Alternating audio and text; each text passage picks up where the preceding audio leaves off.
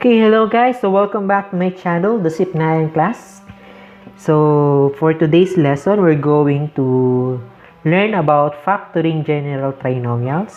So general trinomials can be classified in two ways. So the first one is in the form ax squared plus bx plus c, where a is equal to 1. And the second one is ax squared plus bx plus c, where a is not equal to 1. So later on, I will give example of general trinomials in the form of ax squared plus bx plus c, where a is equal to 1. And the second part is ax squared plus bx plus c, where a is not equal to 1. Okay? Okay, in factoring general trinomial in the first form, ax squared plus bx plus c, where a is equal to 1, we have two steps. First is find the two factors with the product equal to the last term c of the trinomial and a sum equal to the middle term b of the trinomial. And then next, write the factored form of the trinomial following the pattern x plus or minus first factor and then multiply by quantity x plus or minus the second factor. So let's have first example. Okay, let's have the first example. We need to factor x squared plus 7x plus 10. So, paano yung ginagawa ko dyan? Ganito lang yan. Napakadali. Very easy. Very easy na. Very basic pa. So, first, nagda-drawing ako ng parentheses. So, at ifa-factor ko yung x squared. So, ang factor ng x squared ay x times x. Lalagay ko yung isa dito, yung isa sa kabilang parentheses. Then next, pa-factor ko yung 10. Ano ba yung mga factors ni 10? Pwedeng 1 times 10. Pwede din namang 2 times 5. Ngayon, mamimili ako sa dalawa na yan. Alin sa dalawang factors na yan, kapag pinag-plus ko, lalabas yung 7. So, si 1 and 10 ba? So, pag pinag-plus ko yan, 11 ang sagot. Si 2 plus 5, pag pinag-plus ko, 7 ang sagot. So, nakuha ko yung middle term, kaya ang kukunin kong factors ay si 2 tsaka si 5. So, ilalagay ko yung 2 dito at yung isa dito. Okay? Pwede naman magkapalit yan. Pwedeng dito si 5, pwedeng dito si 2. Okay? So, paano yung sign? Okay? Since positive yung middle term natin, so ilalagay ko lang dyan, parehas na factors ay plus. So, there you have it, our final answer. So, the factor of x squared plus 7x plus 10 is x plus 2 times quantity x plus 5, or quantity x plus 2 times quantity x plus 5. Now, let's check if our answer is correct. So, check natin. So, rewrite muna natin si x plus 2 times x plus 5. Now, first term muna tayo, x times x using butterfly method, that is x squared. And then, 2 times 5 is 10. So, nakita nyo na, ito ang ating first term, ito ang ating last term. So, ayun no, first term, last term. And then, for the middle term, i-multiply ko si 2 times x, that is 2x. And then, x plus 5, that is 5x. Then, pag pinag-plus ko sila, kailangan lalabas yung middle term na 7x. Ayun, 7x. So, there you have it. Na-check na natin. At nalaman natin na yung answer natin ay correct. Okay? Gets? Okay. Number 2. So, we need to factor x squared plus 2x minus 15.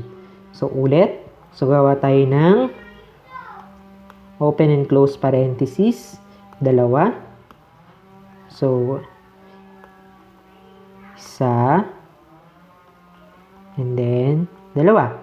Okay? Then, factor natin si first term, x squared. So, x times x yun. So, lagyan ko parehas.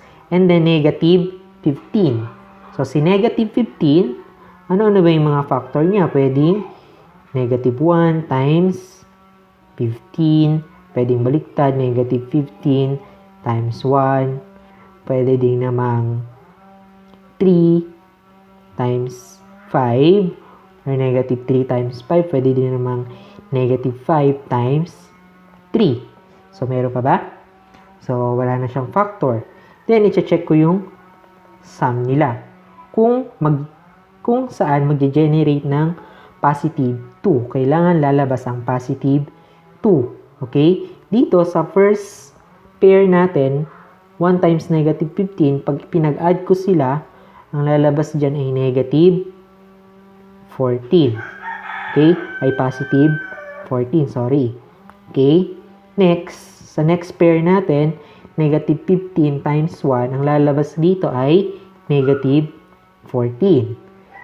Next pair, negative 3 plus 5, lalabas dyan ay positive 2. Okay? And the last pair, negative 5 plus 3, ang lalabas dyan ay negative 2. Ngayon, ano yung pair na nag-generate ng positive 2? So, ito yun, di ba? So, ang kukunin kong factors ay negative 3 and then positive 5. So, ilalagay ko lang dito. Negative 3 and then positive 5. So, ito na ang ating sagot. So, the factor of x squared plus 2x minus 15 is x plus 3 or quantity x plus 3 multiplied by quantity x plus 5. Now, let's check our answer. If correct. So, rewrite muna natin. X minus 3 and x plus 5. Okay? Same rule tayo kanina. So, x times x ay x squared. Then, negative 3 times 5 ay negative 15. So, nakuha na natin ang first term. Ayun siya, parehas. And negative 15, magkamuka. And then, for the middle term, multiply ko to. Negative 3 times x ay negative 3x. Then, x plus 5 ay 5x. Then, kailangan kong i-add yan. Ang lalabas dyan ay negative 3x plus 5x ay positive 2x. So, nakuha ko si middle term na positive 2x. Therefore, tama ang ating answer. So, any question? Okay, wala pa. Next example tayo. Okay, next example tayo sa number 3. X squared minus 5x minus 24. So, ganun ulit. Dodrawing ako ng dalawang open and close parentheses. Factor the first term. X squared, which is x times x. Then, negative 24. Kailangan lalabas negative 24. So, that is 1 times negative 24. Pwede. Or negative 1 times 24. Pwede rin namang 2 times negative 12. Or negative 2 times 12. So, alternate yung sign kasi negative 24 siya.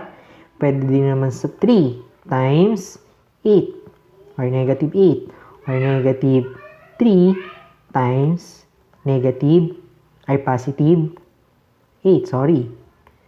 Okay? Then, pwede rin naman sa 4.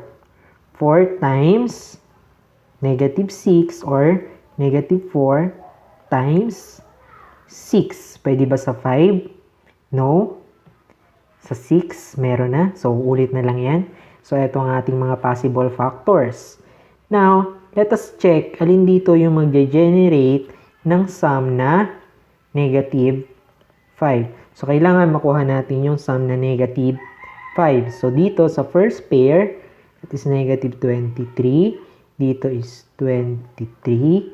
Dito ay negative 10. Dito ay 10. Dito ay negative 5. Dito ay 5. Dito ay negative 2. Dito ay 2. So, alin dito yung naglabas ng sum na negative 5? So, the factors 3 and negative 8. Therefore, yung ilalagay ko dito sa ating first factor at saka sa second factor. So, 3 and then negative 8 or positive 3 and then negative 8. So, napakadali lang, di ba? Now, let us check if our work is correct. So, rewrite muna natin ulit. So, x plus 3 and x minus 8. Okay? So, first term, x times xi, x squared. Then, 3 times negative 8 is negative 24. Okay, nakuha na natin ulit ang first term at last term. Now, for the middle term, 3 times x ay 3x. And then x times negative 8 ay negative 8x. Now, we add 3x plus negative 8x, we get negative 5x. Okay? So, nakuha natin ang middle term. Therefore, our answer, x plus 3 times quantity x minus 8 is the factor or are the factors of x squared minus 5x minus 24. Okay? Okay, last example. For the first form general trinomials, a squared plus bx plus c where a is equal to 1. So, ulit tayo. Check natin. Drawing tayo ng dalawang parentheses. Isang x dito, isang x doon. Then, positive 14. So, positive siya. So, pwedeng 1 times 14. Pwede din namang 2 times 7. Meron pa ba? Wala na. So, alin dito yung mag-generate ng 6? Meron ba? Check natin. So, 1 plus 14 ay 15. And 2 plus 7 ay 9. So, walang nag-generate ng 6. Unless, meron pa tayong ibang factor na hindi nakukuha pero wala na. Okay? So, wala tayong factor. Therefore, these given trinomials are prime or is prime. Okay? Prime siya. So, pwede siyang i-factor. Kaya lang, i-discuss pa natin siya in the next topics to come. Okay? So, hindi natin siya madi-discuss ngayon. So, kapag nakakita kayo ng example na ganyan, ilagay nyo lang prime yung ating trinomials. Okay? Okay, that's it. So, second. Okay, let's have the first example. Number 1. 3x squared plus 17x plus 10. So, first thing to do, ayan, drawing tayo ng open and close parentheses. And then, ano yung factor ni first term? 3x squared. So, 3x squared, pwede yung x times 3x or baliktad. Pwedeng 3x times x. Okay? Next, ano naman yung factor ni last term, 10? So, pwedeng 1, positive 1 times positive 10. Pwede rin namang positive 2 times positive 5. Now, lagay natin sa parentheses yung first term, factors ni first term, x tsaka 3x. So, kahit saan mapunta, pwede sila, no? Pwedeng dito si 3x, pwedeng dito si x, or baliktad. So, choose muna natin na ganyan. And then, piliin muna natin si 1 times 10. Tingnan natin kung makaka-generate tayo ng middle term na 17x. So, dito si 1, dito si 10. Okay? Let us multiply. 1 times 3x ay 3x. 10x times 10 ay 10x. When we add this, we get 13x, which is not equal to 17x. Therefore, our first try is incorrect. So, hindi siya si 1, hindi rin si 10. So, let's try na pagbalik ta rin. Si 10, dito si 1, para wala tayong ma-miss. Okay? Then, multiply ulit natin. 3x times 10 ay 30x, lalong lumayo. Si 1 times x ay x, then we add 31x. So, hindi pa rin siya equal kay 17x. Therefore, this is incorrect. Okay? Now, let's try the second pair of factors of 10.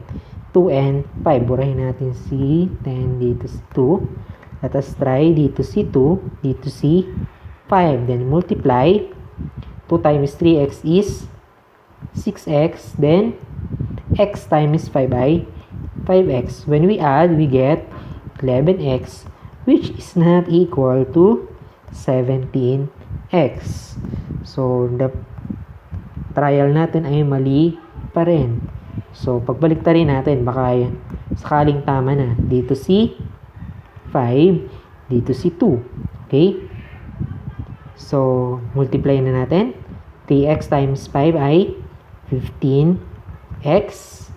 Then, x times 2 ay 2x. So, when we add, we get 17x. Yay! Nakuha na natin si 17x. Therefore, our factor for 3x squared plus 17x plus 10 is x plus 5 times quantity 3x plus 2.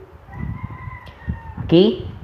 So, that's it. So, kahit i-check natin yan, we will get the trinomial 3x squared plus 17x plus 10. Okay, next example. 2x squared plus 5x minus 3. So, drawing ulit tayo ng dalawang open and close parentheses.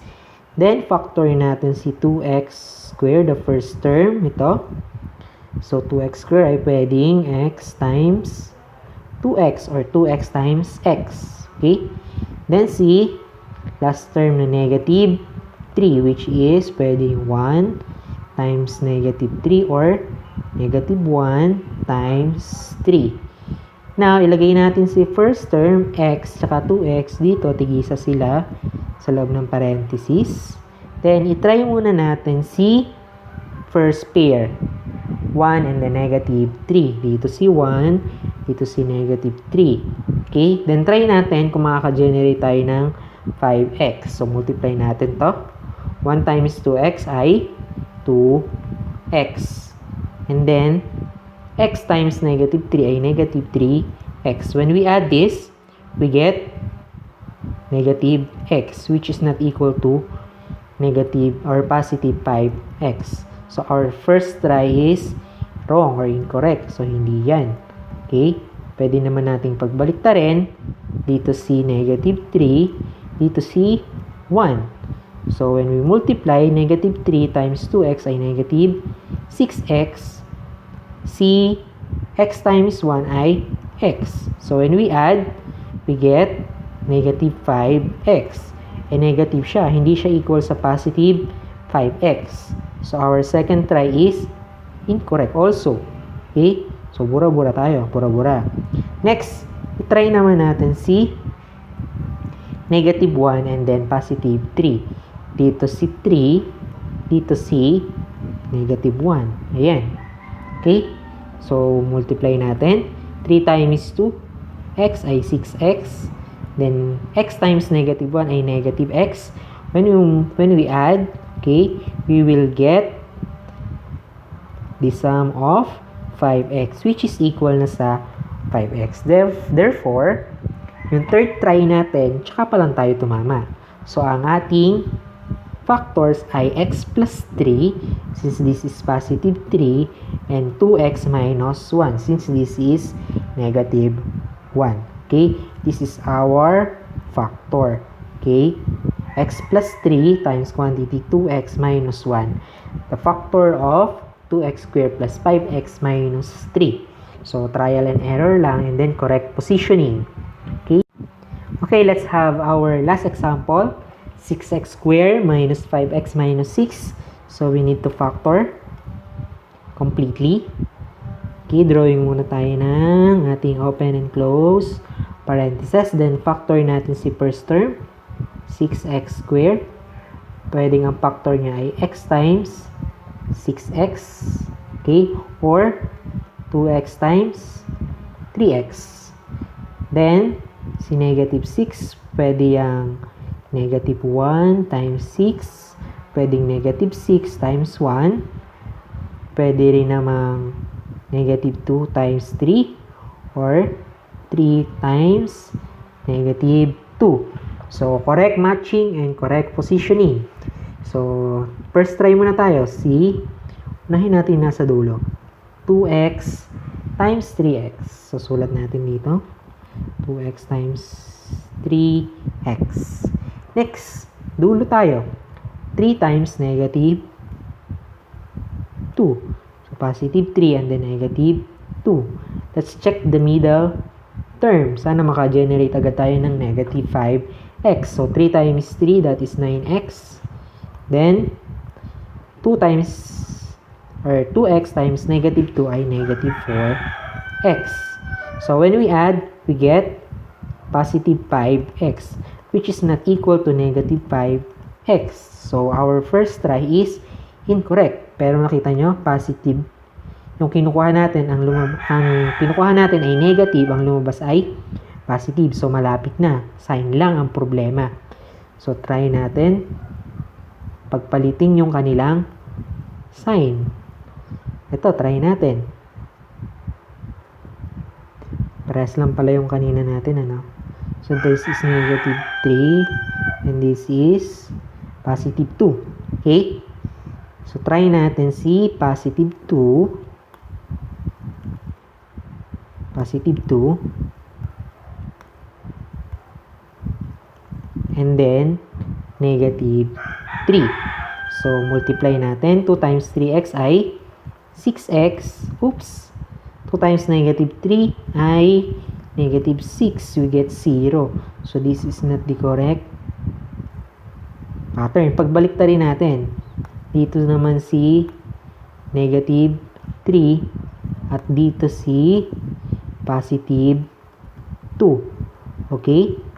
So, negative 3 times 3x ay negative 9x. And then, 2x times 2 ay 4x. So, when we add, we get negative 5x. That is equal to the middle term na hinahanap natin. So, equal na sila. Therefore, our factor for 6x squared minus 5x minus 6 are quantity 2x minus 3 multiplied by quantity 3x plus 2. Okay? So, sana na-gets nyo yun. And, patuloy lang kayong sumubaybay sa ating YouTube channel, The Sip na Yan Class. Math ba? Basic lang yan.